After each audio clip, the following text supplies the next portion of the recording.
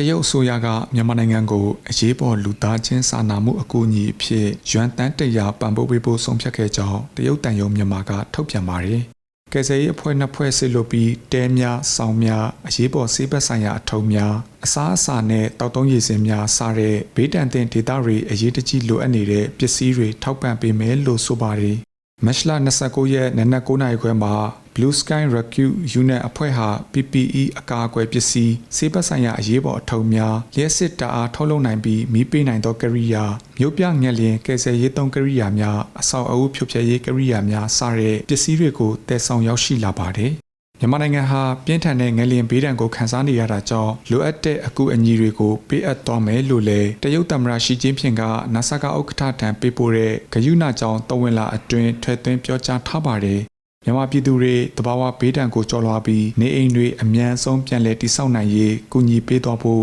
ဆန္ဒရှိတယ်လို့လည်းဆိုထားကြောင်းပါခင်ဗျာ